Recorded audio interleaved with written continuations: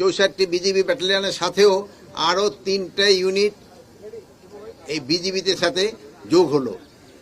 Total আজকে প্রায় 4টা ইউনিট বিজিবির সাথে যোগ হলো। এতে বিজিবির সক্ষমতা কিছুটা বৃদ্ধি পেল, কিন্তু বিজিবির সক্ষমতা আরো বাড়ানো হবে।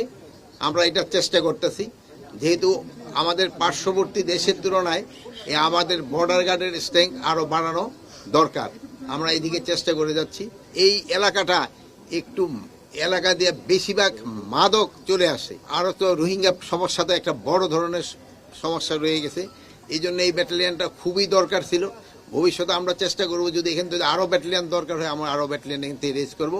বাট এই এলাকাটা যেন শান্তিপূর্ণভাবে থাকতে পারে, জনগণ যেন শান্তিতে থাকতে পারে এবং বর্ডারটা যেন নিরাপদ এবং শান্তিপূর্ণ থাকে, এই চেষ্টা আমরা করে যাব। যেহেতু দেশটা হলো মিয়ানমার আর বর্ডারটা দখল করে আছে হলো আরাকান আর্মি।